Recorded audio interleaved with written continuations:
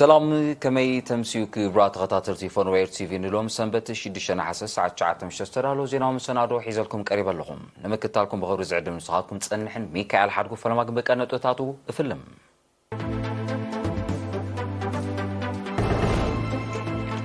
أمباسادور محمد علي حوري تساتفتي فيستيفال إرترا بحورات منكسات أمريكا سيمينار أكايدو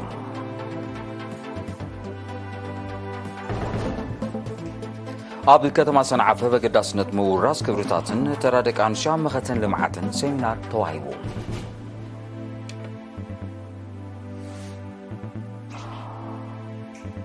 قبن مكل خالق قبن نياتات مكوتصار حزبي متحبارو كعزز أعزاز بوليس وباماكل تصويعو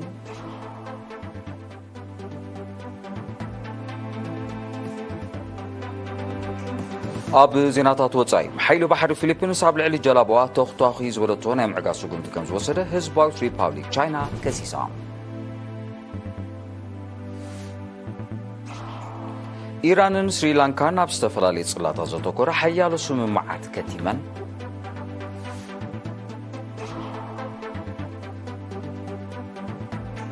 هندي كدمي 3 سامنتات ناب ورحي زلاختا من كوركور بعول كم زوصحت تقليصو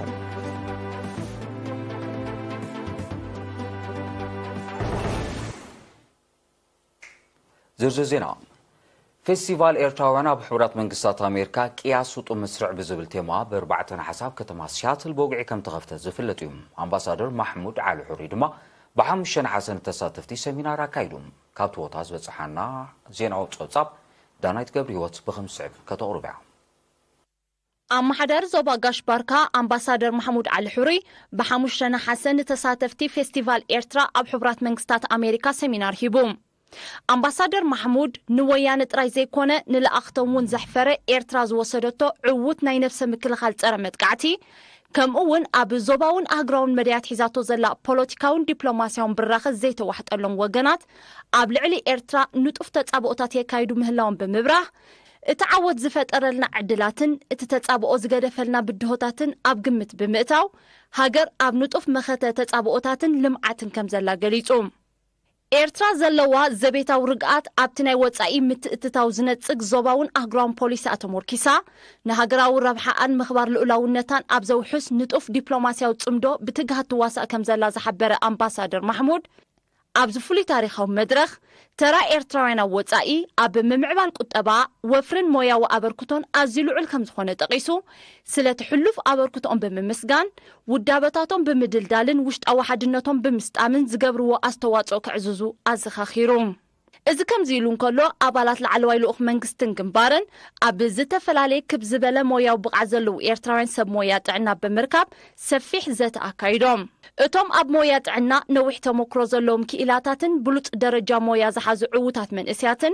هاجر أبزحاشة درجة نمبتح كله كابقاتاتهم زت اللب كجبرو زلوم قربنت بمرققات زدل عدلات كرحولهم تلابيوم أبالات لعلوي لوخ منقست بوغنو أب هاجر زلو ودعوي كونتات عناوي أقلقلوتاتن سلطانا سب مويات عنانا ملكيتهم مبره دهر مهاب أب وطع زنوبرو إيرتراوين كإلاتات بسروع أب هاجر كقلقلو منقستي لعل دليتكوا انت تنحا بسنكتي هاجر كتحالفو زتنحت مدرخات أب تزدل درجة كم زي بتسحت أغيسهم أب زقوان الزقن منقستي نز أقداسي أبركتو لعل قولا حتى هيبو أدلاي متصنعتي بمكياد أب هاجراو ربحك وعل تبقيسو كم زلو حبيرام بتوسخي شمونتا زتفلالي لعلت عناوي مويان كإلتن زلوم إيرتراوين حكايم بزعبا وقع لبي تسقط دم حمام شكور عنا سنا أمرون كال إنزل تقالة أستمراتات نتساتفت فيستيفال هيبوم أب كتما سياتل زك أنا عزلو فيستيفال إيرتراوين نبرت حبرات منقستات أمريكا نتاريخ براتا وقال سنة نتنتاوي تاريخ إيرترا نبهلن مننتن مخاتا أنصار تتصابقوتات نتفتات هزباوي دبلوماسين مراخبي بوزحانن بزن صبار قشتات كمعون بهلاو مسنادوتات دوميو كم زغني كابتو بوتا زبصحنا حبريتا أفليتوم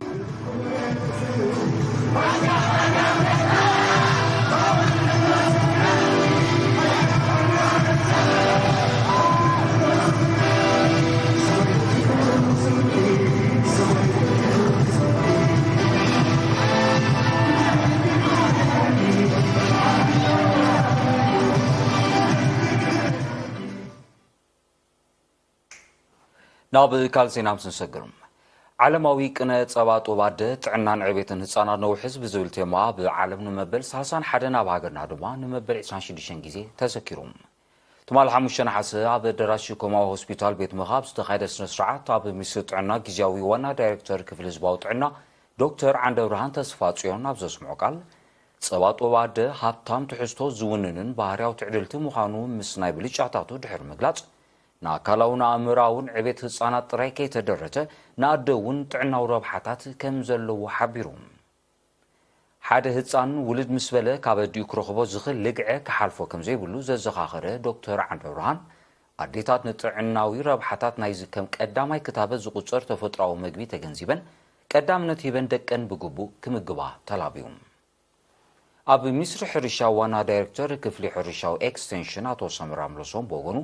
ሚኒስትሪ ሕርሻ ማእዛዊ ትሕዝቶ ዘለዎም ዓይነታት ምህርቲ ኣብ ምልማዕ ኣተኪሩ ከካይዶ ፀንሒ ፃዕሪ ኣብ ባይታ ዘተባብዑ ውፅኢት ይርከቦ ከም ዘሎ ገሊፆም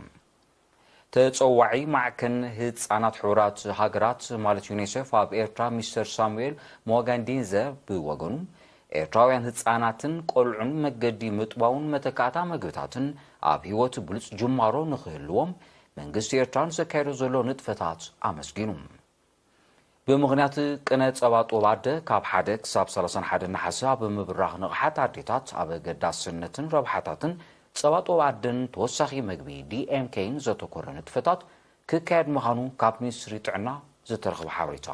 የነፅር ሃማደ ጨንፈር ዞባ ደቡብ ኣብ ገዳስነት ምውራስ ክብርታትን ተራ ደቂ ኣንስትዮ ኣብ መኸተል ልምዓትን ዘተኮረ ሰሚናር ብ1 ነሓሰ ኣብ ከተማ ሰንዓፈ ወዲቡ ኣብቲ ንደቂ ኣንስትዮ ኣባላት ሓይልታት ምክልኻል ዝተዋሃበ ሰሚናር ሓላፊቲ ጨንፈር ወይዘሮ ሰናይት ኣፈወርቂ ንተራ ኤርትራዊት ጓል ኣንስተይቲ ኣብ ምምፃእ ናጽነት ምኽባር ልኡላውነትን ጥሙር መድባት መኸተን ከምኡውን ኣገዳስነት ምውርራስ ክብርታት ዝምልከት ሰፊሕ መብርሂ ድሕሪ ምሃብ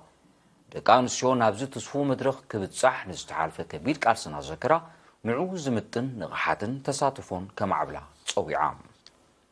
ንጡፍ ተሳታፍነት ደቂ ኣንስትዮ መልክዒ ናይ ሓደ ሕብረተሰብ ጥራይ ዘይኮነ ናይ ምዕዋትን ዘይምዕዋትን ሮቓሕ እውን ምዃኑ ንተመክሮ ህዝቢ ኤርትራ ብምጥቃስ ገለጸት ወይዘሮ ሰናይት ክብርታት ህዝቢ ኤርትራ ብዝቕፅል ወለዶታት ብግቡእ ንኽሰርጽ ብዕቱብ ክስራሓሉ ተላቢዓ ወይዘሮ ሰናይት ኣብ መወዳእታ ማሕበር ኣብ ኩሉ ሃገራዊ መደባት ዕዙዝ ሱታፌ ደቂ ኣንስትዮ ንምርጋጽ ብመትከል ኣሚኑ ዝሰርሓሉ ዘሎ ከም ዝኾነ ጠቒሳ ተሳተፍቲ ንኤርትራዊ ክብርታት ተቐኒተን ልምዓታዊ መደባት ንምዕዋት ተሳትፎን ክዕዝዛ ዘለዋ እምነት ገሊጻ ተሳተፍቲ ብወገነን ኣብ ሕሉፍ ታሪኽን ምውርራስ ክብርታትን ዘተኮረ ተመሳሳሊ ሰሚናራት ቀጻልነት ክህልዎ ብምልባው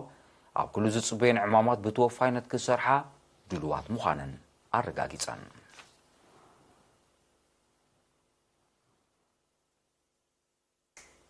እዚ ከምዚ ኢሉ እንከሎ ጨንፈር ሃማደ ዞባ ደቡብ ንጥፈታቱ ዝያዳ ንምሕያል ቦርድ ከተማ መንደፈራ ንምዋም ብ3 ነሓሰ መስራቱ ጉባኤ ኣካይዱ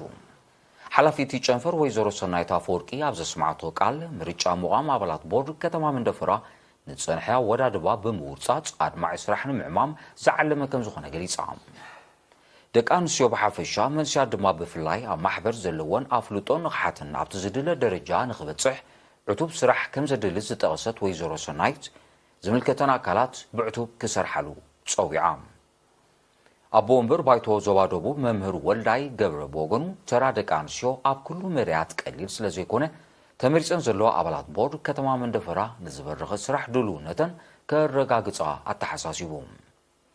ዋና ዳይሬክተር ክፍሊ ምምሕዳርን ፋይናንስን ዞባ ደቡብ ኣቶ ተኪኤት ወልደ ድማ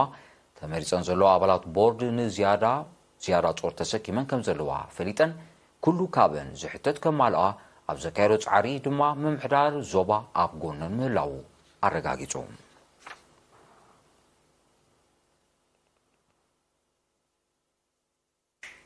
ገበን ንምክልኻልን ገበነኛታት ንምቁፅጻርን ህዝቢ ምትሕባሩ ምስ ፖሊስ ክዕዝዝ ኣዛዚ ፖሊስ ዞባ ማእከል ሌተናል ኮሎኔል ግርማይ ገብረ ሚካኤል ብ3-5 ነሓሰ ምስ ነበርቲኑ ዞባታት ፓራዲዞ ማይተመናይ ትራቮሎን ሰንበልን ኣብ ዘካየዶ ርክባት ፀዊዑ ዕላማት ርክብ ዝምድና ፖሊስን ሕብረተሰብን ብዝበለጸ ብምድልዳል ብመንስያትን ተማሃሮን ዝፍጸሙ ገበናትን ምጥሓስ ሕግን ንምግታእ ከም ዝኾነ ጠቒሱ ድማ ሓሓሊፉ ዝረአ ሸለልትነትን እንታይ ገደሰንን ብእዋኑ ክእረም ፀዊዑ ليتنال كولونيل ግርማይ አስዒቡ ኣብ ዝሓለፈ 6 ኣዋርሕ ፈጸምቶም ዘይተፈልጡ ተባሂሎም ተመዝጊቦም ካብ ጸንሑ ጉዳያት እቶም 126 ብጻዕሪ መርመርትን ልዑል ምትሕብባር ህዝብን ተቓሊዖም ኣብ ሕጊ ከም ዝቐረቡ ኣብርሁ ኣብ ቀዳማይ መንፈቅ 2023 ዝተፈጸመ ገበናትን በደላትን ብዓይነቱን ብዙሑን ድሕሪ ምዝርዛር ድማ ምስ ተመሳሳሊ እዋን 2022 ክንጻጸር እንከሎ በደላት ብባዶ ነጥብ 3 ሚእታዊት ክጎድል እንከሎ ገበናት ግን ብ3.8 ሚእታዊት ከም ዝወሰኸ ገሊጾም ንሓደጋታት ተሽከርከርቲ ብዝምልከት ሌተናል ኮሎኔል ግርማይ ካብ ወርሒ ጥሪ ክሳብ ወርሒ ሰነ 2023 ብዘጋጠሙ 1262 ሓደጋታት 12 ሞት 363 ኣካላዊ ጉድኣት ኣብ ንብረት ድማ ናይ ልዕሊ 9 ሚልዮን ናቕፋ ዕንወት ከም ዝወረደ ሓቢሮም ኣብ መሓድርቲ ናይተን ንኡዘዋታት ብወገነን ፖሊሳዊ ጎስጓስ ኣገዳስነቱ ልዑል ምዃኑ ብምጥቃስ ቀጻልነት ክህልዎ ተላቤን ተሳተፍቲ ድማ ብተደጋጋሚ ገበናት ንዝፍጽሙ ዝብየን መቕጻዕቲ ክተርር ከምኡውን ሕብረተሰብ ኣብ ምክትታል መንእስያት ደቁ ዝገብሮ ምክትታልን ምምእዛንን ክዕቢ ብምዝኻር በብከባቢኡ ዝረዚ ስነ ምግባራዊ ኣካይዳ ንምክታብ ብንቕሓት ከም ዝሳተፉ ኣረጋጊጾም ዝኸበርኩም ተዓዘብቲ ድሕሪ ዝሓጻር መሰጋገሪ ናግራዊ ዜናታት ሒዘ ክምለሰኩም እዩ ንምክትታልኩም ክትቅጽሉ ደጊመ ብኽብሪ ዕድም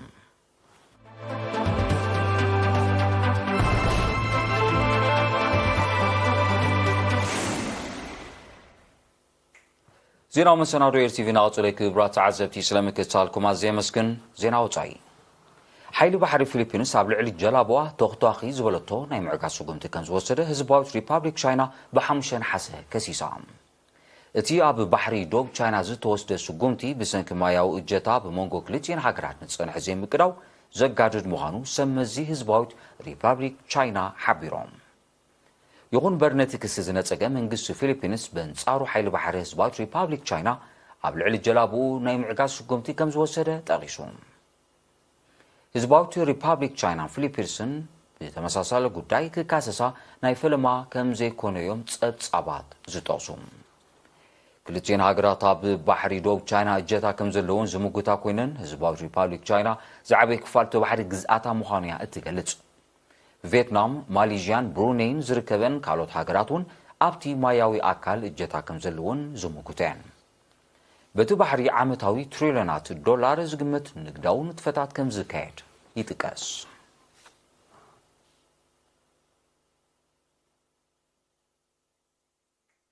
ኢራንን ስሪላንካን ኣብ ዝተፈላለዩ ጽላታት ዘተኮረ ሓያሎ ስምምዓት ከቲመን እቲ ስምምዓት ዝተበጽሐ ሚኒስትራት ጉዳያት ወጻኢ ክልቲአን ሃገራት ትማል 5 ነሓሰ ኣብ ከተማ ጣህራን ኣብ ዘካየዶ ርክብ እዩ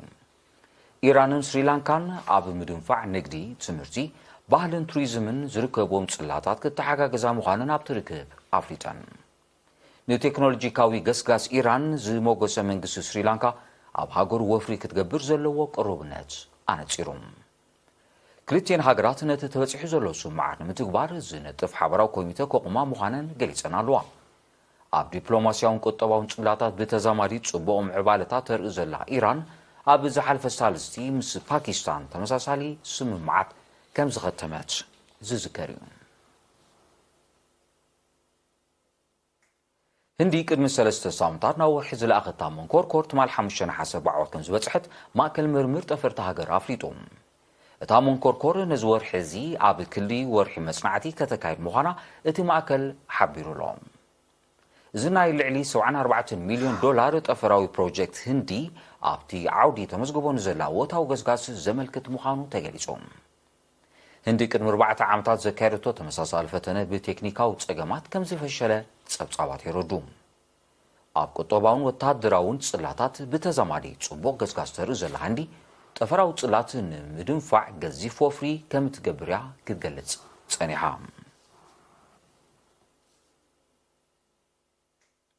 ኣብ ህዝባዊት ሪፓብሊክ ቻይና ናብ ሎሚ 6 ሓሳብ ዘውግሕ ለይቲ ብዘጋጠመ 5.5 ሬክተር ምንቅጥቃጥ ምድሪ ሰብኣዊ ንዋታውን ጉድኣት ወሪዱ በቲ ኣብ ኣውራጃ ሻንዶንግ ዝተኸሰተ ተፈጥራዊ ሓደጋ ልዕሊ 20 ሰባት ከም ዝቆሰሉን ኣስታት 130 ኣባይቲ ከም ዝዓነወን ሰመዚ ህዝባዊት ሪፓብሊክ ቻይና ሓቢሮም እቲ ሓደጋ ብዝፈጠሮ ስጋት ኣብቲ ከባቢ ዝካየድ ንጥፈታት መጓዓዝያ ምድሪ ንግዚኡ ከም ተሰናኸለ እውን እቶም ሰመዚ ገሊጾም ኣብ ህዝባዊት ሪፓብሊክ ቻይና ሓደጋ ምንቅጥቃጥ ምድሪ ክኽሰት ናይ ፈለማ ከም ዘይኮነ ዝጠቐሱ ጸብጻባት ብሰንኩ ሰብኣዊ ንዋታውን ክሳራታት ከም ዝወርድ ይጠቕሱ።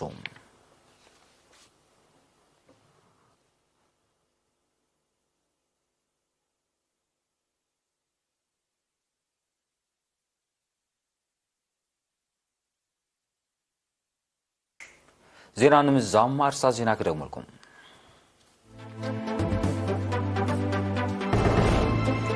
ኣምባሳደር ማሕሙድ ዓሊ ሑሪ ንተሳተፍቲ ፌስቲቫል ኤርትራ ብሕቡራት መንግስታት ኣሜሪካ ሴሚናር ኣካይዱ።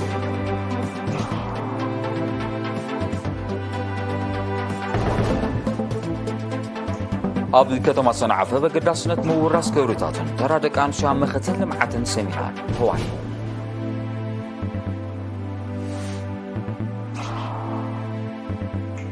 ገበን ምክልኻልን ገበነኛታት ምቁጻርን ህዝቢ ምትሕባሩ ክዕዝዝ ኣዛዚ ፖሊስ ዞባ ማእከል ፀዊዑ።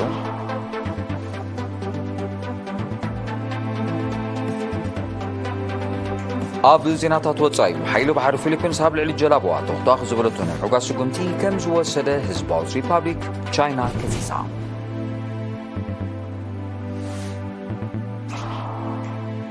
ኢራንን ስሪላንካን ኣብ ዝተፈላለየ ጽላታት ዘተኮረ ሓያሎ ስምምዓት ገጢመን።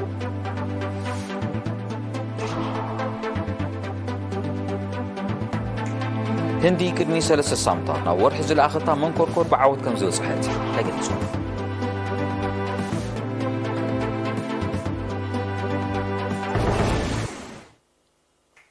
ዝኸበርኩም ተዓዘብቲ ነሳዕ ዝተዳለወ ዜናዊ መሰናዶ ኣብዚ ፍጸም ስለምክታልኩም ኣዝየ መስገን ስዒባ ተቐሪ መደብ ድማ ውድድር ታሪኻዊ ፍልጠት ቡያ መበል 63 ክፋል ክትከውን ብወገነይ ግን ሰላም